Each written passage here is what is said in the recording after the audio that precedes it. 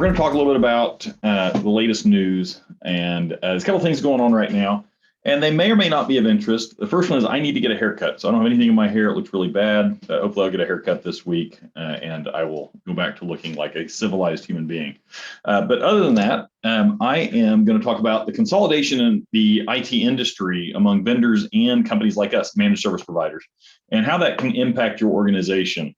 And this is not going to be like me bashing on people, but it's just kind of telling you what's going on, because it's going to impact the consumers of IT services quite a bit. So the first thing we're going to talk about is the managed service providers like my company, Arclight, and how we're being consolidated. So private equity is coming in and they're acquiring companies like ours left and right. I get 3 or 4 emails a week or more asking me if I want to sell, telling me they want to sell me a company. It's always just a pretty much a constant stream. So the consolidation in our industry, it's good and bad. The good is if my business is successful and I built a good blueprint, I can buy other businesses and continue to grow my business through acquisition. That seems really good.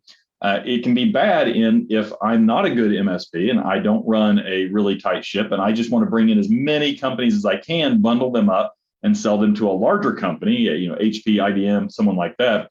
Then I'm really kind of just going through the motions to make as much money as I can from line my own pockets, and then I don't care who I hurt.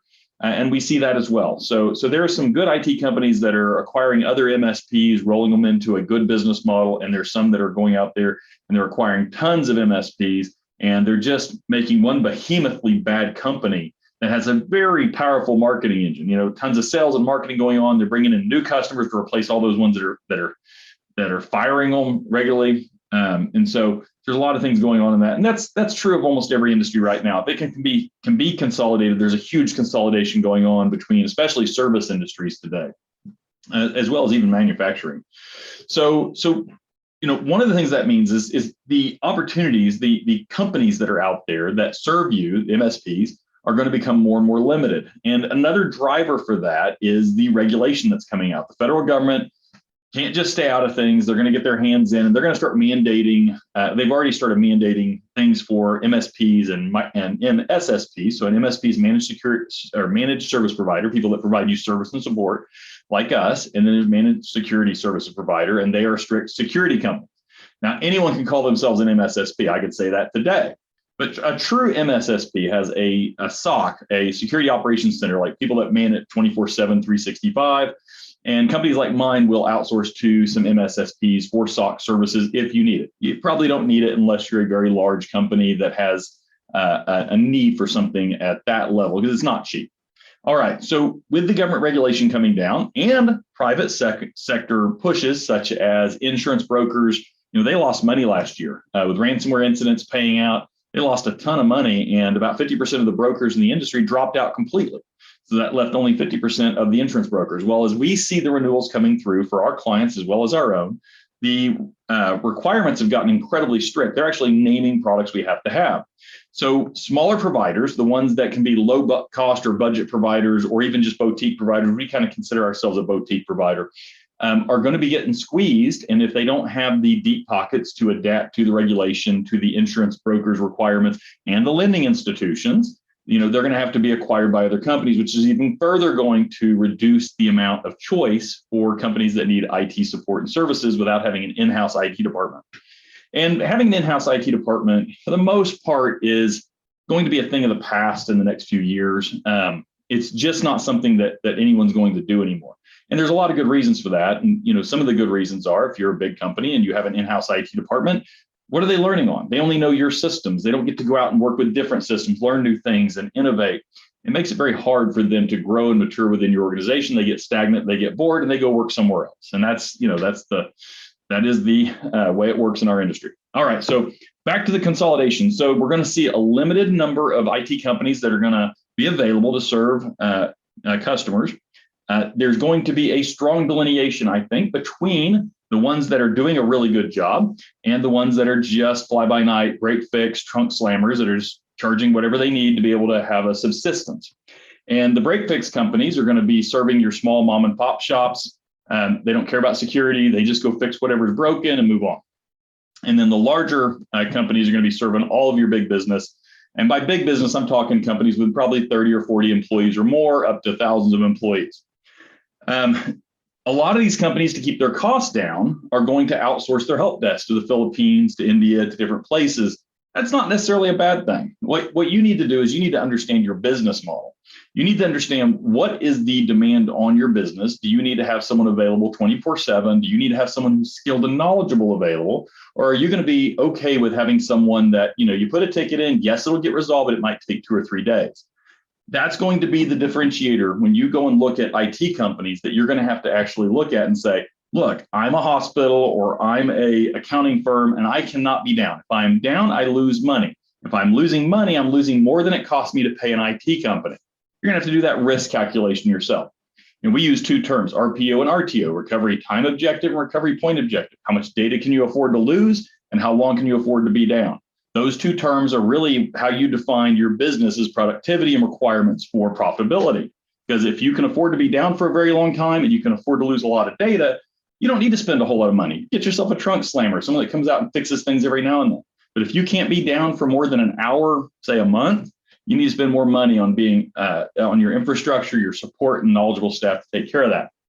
So you're going to get less choice. There's going to probably be mandatory products. I shouldn't say probably, there will be mandatory products. We are having to mandate products. Again, that's because we're being pushed by insurance brokers, federal regulations, our liabilities going through the roof, and our insurance costs are going through the roof, just like yours are.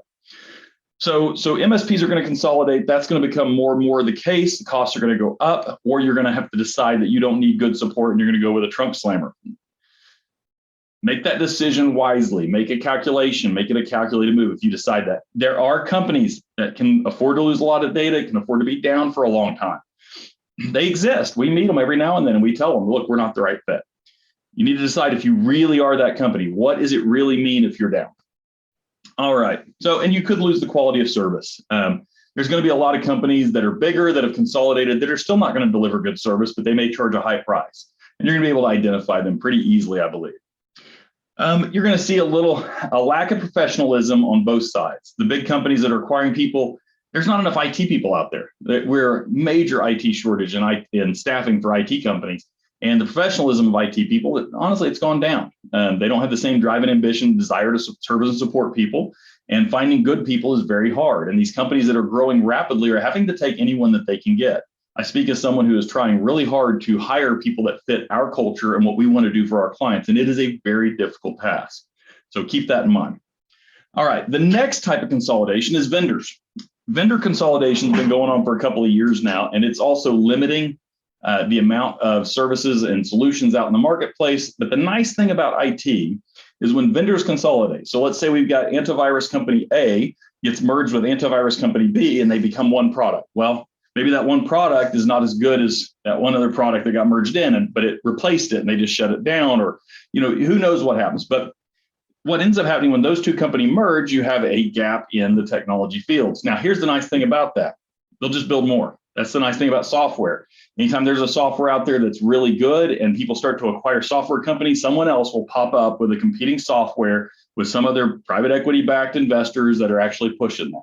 So I don't worry too much about the vendor acquisitions. However, if your IT company is just locked into certain solutions and they will not deviate from those, they may find that their solutions are becoming obsolete or not as good. So you just need to make sure that whatever solutions are implemented for your organization. And when I say make sure, more than anything, you need to trust your IT company or your in-house IT people. And if you do, just make sure that they're staying up to date with the latest technologies and changes, because some companies acquire some other companies and they drive them into the ground.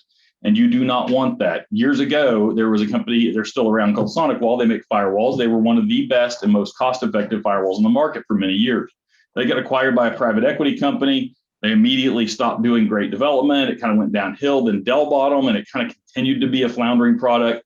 And then another group ended up with them, and now they're starting to go back up. We hear a lot of good things about them again. They're starting to take back off, but you would not have wanted to be with them during that downturn.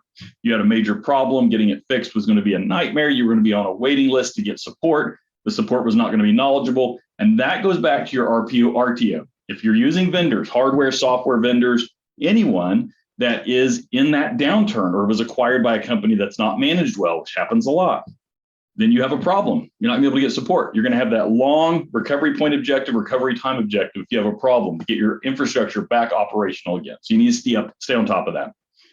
So that is our industry today. Lots of mergers, acquisitions with IT companies, lots with our software vendors, and a lot of those vendors came out of IT companies like us. They just said, hey, there's a need, we're going to create a product and let's get it out there. None of this is necessarily bad. The consolidation of the MSPs is really, it's just hit and miss. It's really, I mean, there's some good things and bad things, like I said before. You know, I worry that we're going to end up with just a couple of really big players that are undercutting everyone else on cost, and that the quality of service just goes down. We all just have to live with long amounts of downtime between issues and problems that we just have to deal with. And that's what we're going to end up. But, you know, free market society, someone will come with something else. It'll change that industry. It'll get dispersed again. And then a few years later, it will consolidate again. It's like circle of life, right? So that's all I've got for today. If you have any questions or concerns or want to learn more about this, feel free to reach out to me. My name is Brian Largent with the Arclight Group. Have a great rest of your week.